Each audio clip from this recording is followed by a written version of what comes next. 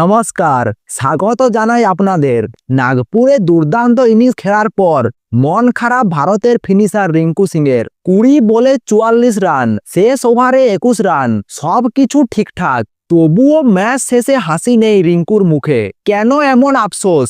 আর টি-20 বিশ্বকাপের আগে এই ইনিংস কি পাকা করে দিল রিঙ্কুর একাদশে জায়গা পাওয়ার জন্য? আজকের ভিডিওতে আমরা সবকিছু জানাবো, তাই ভিডিওটি শেষ পর্যন্ত দেখুন। নাগপুরে নিউজিল্যান্ডের বিরুদ্ধে ম্যাচে শুরু থেকেই চাপে ছিল ভারত। টপ অর্ডার নিয়মিত ব্যবধানে উইকেট হারাচ্ছিল। রান তোলার গতি থাকলেও ইনিংস গুছিয়ে নেওয়ার মতো কাউকে দরকার ছিল। ঠিক সেই সময় দায়িত্ব নেন রিঙ্কু। 20 বল খেলে করেন 44 রান, স্ট্রাইক রেট 220-র বেশি। রিঙ্কুর ব্যাটে ভর করেই ভারত পৌঁছায় 238 রানে। একটা লড়াই করার মতো স্কোর। ইনিংসের শেষ ওভার, বল হাতে নিউজিল্যান্ড, ক্রিজে তখন রিঙ্কু। শেষ ওভারে একাই তোলেন 21 রান, ছক্কা, 4 স্মার্ট শট, সব মিলিয়ে তিনি প্রমাণ করেন ডেথ ওভারে ভারতের সব থেকে ভরসার নাম রিঙ্কু। এই ইনিংসে বোঝা গেল 5, 6, 7 নম্বরে ব্যাট করতে নেমে ম্যাচ ঘোরানোর ক্ষমতা ঠিক কতটা। ব্যাটিং এর পাশাপাশি ফিল্ডিংও দারুণ ছিল রিঙ্কু।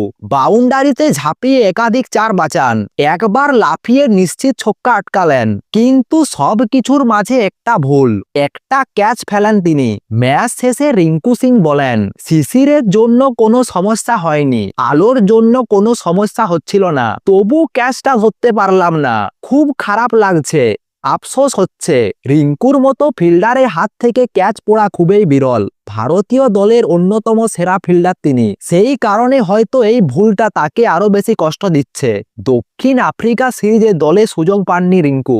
নিয়মিত ম্যাচ খেলার সুযোগ ছিল না, তবুও তিনি নিজেকে তৈরি রেখেছিলেন। রিঙ্কু বলেন, ধারাবাহিকভাবে সুযোগ পাচ্ছিলাম না, কিন্তু জানতাম সুযোগ এলে কাজে লাগাতে হবে। শুরুতে দৌড়ে রান নিয়েছি, পরে হাত খুলেছি। এই মানসিকতা তাকে আলাদা করে তোলে। ভারতীয় দলের কোচ গৌতম গম্ভীর রিঙ্কু সিং এর উপর ভরসা রাখেন, আর সেই ভরসার দামও দিলেন রিঙ্কু সিং। ম্যাচ শেষে রিঙ্কু বলেন, গতি ভাই আমাদের চালিয়ে খেলতে বলে, আমি সেটাই করেছি। বিশ্বকাপে সুযোগ পেলে এইভাবেই খেলবো। শেষের দিকে আর্শদীপ সিং এর সঙ্গে ব্যাটিং করার সময় এই রকমই পরিকল্পনা ছিল। আর্শদীপ পাজিকে বলেছিলাম সিঙ্গেল নিয়ে আমাকে স্ট্রাইক দিতে, ঠিক করেছিলাম। শেষ ওভারে আমি খেলবো, এই দলে এটাই আমার ভূমিকা।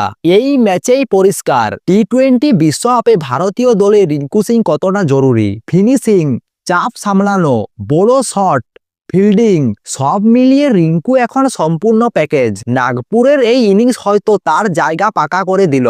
হয়তো রিঙ্কু সিংকে দেখা যেতে পারে ভারতের প্রথম একাদশে।